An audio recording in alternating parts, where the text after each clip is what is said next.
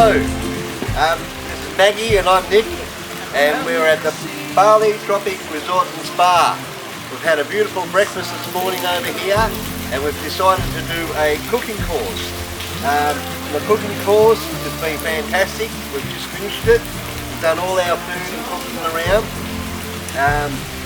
One thing about the course, before we started the course, we actually went to the fish market in town and had a look at all the different fresh varieties of fish that we have here in Bali, and then after that we had a good look around at all the boats and different things that were going on in the market area, and then we looked at different fresh vegetables and so forth, and then after that we come back in the car over the bridge and looked at all the fishing villages and boats and everything like that, and then we started our cooking.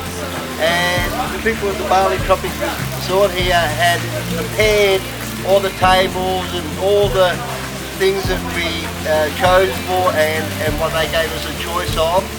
So it was really good. So we've really enjoyed our time, and we're going to clean up shortly and have a shower and then have some of our lunch that we've made from here. Okay. And the staff have been wonderful, very patient. Yes. So yeah, Not easy. everybody's been fantastic. It's been great everybody fun. here. So.